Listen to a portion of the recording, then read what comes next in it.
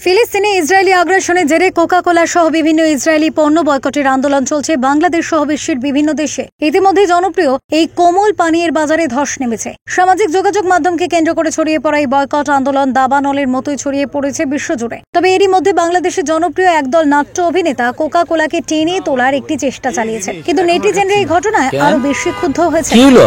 শোনেন নাই, এটা তো ওই জায়গা। কোকা-কোলার বাজার যখন নিম্নগামী, তখন বিশাল এই প্রতিষ্ঠানটি চালাচ্ছে নিত্য নতুন সব প্রচারণা, অভিনব সব বিজ্ঞাপনের জন্য আগে থেকেই পরিচিত কোম্পানিটি। এবার তাদের নতুন বিজ্ঞাপনে যোগ দিয়েছেন ছোট পর্দার জনপ্রিয় নির্মাতা অভিনেতা সরফ আহমেদ জীবন। ব্যাচেলার পয়েন্ট খ্যাত শিমুল শর্মা এবং পুনর্জন্ম টেলিফিল্মের অভিনয় করে সুনাম কুড়োনো কামাল খ্যাত অভিনেতা আব্দুল্লাহ আল সেন্টু সহ বেশ কয়েকজন কুশলী। বিজ্ঞাপন চিত্রে দেখা যায় কৌশলী ভূমিকায় কোকা-কোলাকে ইতিবাচকভাবে তুলে ধরার চেষ্টা চালিয়েছেন তারা। এমনকি সাধারণ মানুষ যে বয়কটের ডাক দিয়েছেন সেটাকে গুজব বলেও ইঙ্গিত দিয়েছেন তারা। বিজ্ঞাপন চিত্রের শুরুতে শিমুল শর্মাকে বলতে দেখা যায়, এই ওই জায়গার পণ্য, অর্থাৎ মুখে না বললেও তিনি বোঝাতে চেয়েছেন এটা ইসরায়েলি পণ্য, তাই তিনি কোকা-কোলা পান করবেন না। কিন্তু বিজ্ঞাপনে অভিনয় করা সরফ আহমেদ জীবন বলেন এটা ওই জায়গার পণ্য না, অর্থাৎ ইসরায়েলি পণ্য না। এমনকি ফিলিস্তিনের ভূমিতেও কোকা-কোলার ফ্যাক্টরি রয়েছে বলে তিনি উল্লেখ করেন। কিন্তু প্রকৃতপক্ষে ফিলিস্তিনে কোকা-কোলার ফ্যাক্টরি স্থাপন করা হয়েছে দখলদারি ও প্রভাব খাটিয়ে জমি দখল করে। ইন্টারনেটে কোকা-কোলাকে মার্কিনী পণ্য বলে উল্লেখ করা হয়েছে, তবে এই কোম্পানিটির শেয়ারের সিংহভাগ ইসরায়েলি ব্যবসায়ীদের, যা সচরাচর উল্লেখ করা হয় না।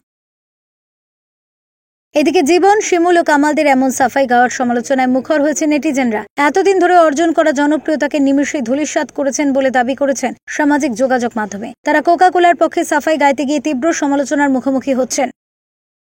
তবে একদিনের মধ্যেই নিজের ভুল বুঝতে পেরেছেন শিমুল শর্মা। নিজের ভেরিফাইড ফেসবুকে অনুশোচনা করে একটি ফেসবুক পোস্টও দিয়েছেন। সেখানে তিনি লেখেন, আমি শিমুল শর্মা, যদিও পরিচয় দেবার মতো একজন অভিনেতা এখনো হয়ে উঠতে পারিনি, কারণ একজন অভিনেতা হবার জন্য যে অধ্যাবসা এবং দূরদর্শিতা দরকার সেটা এখনো আমার হয়ে ওঠেনি। আমি চেষ্টা করছি মাত্র, তাই হয়তো না বুঝে করা আমার কাজ আজ আমার দর্শক তথা আমার পরিবার ও দেশের মানুষকে কষ্ট দিয়েছে। আর আমি ভবিষ্যতে কোনো কাজে অভিনয় করতে গেলে অবশ্যই আমাদের দেশের মূল্যবোধ, মানবাধিকার, মানুষের মনোভাবকে যথেষ্ট সম্মান দিয়ে বিবেচনা করে তারপর কাজ করব।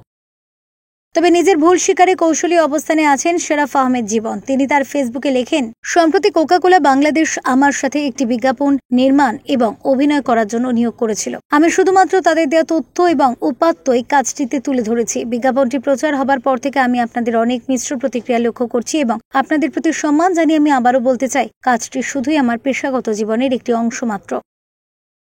এদিকে জীবন ও শিমুলদের প্রায় সব কাজেই ক্যামেরার পিছনে নির্দেশনা দিয়ে থাকেন জনপ্রিয় নির্মাতা কাজল আরেফিন অমি। অনেকে দাবি করেছেন কোকা-কোলার এই বিজ্ঞাপন চিত্রটি তিনিই নির্মাণ করেছেন। তবে গণমাধ্যমকে দেওয়া সাক্ষাৎকারে তিনি জানিয়েছেন এই বিজ্ঞাপন নির্মাণের সাথে তার কোনো সংশ্লিষ্টতা নেই।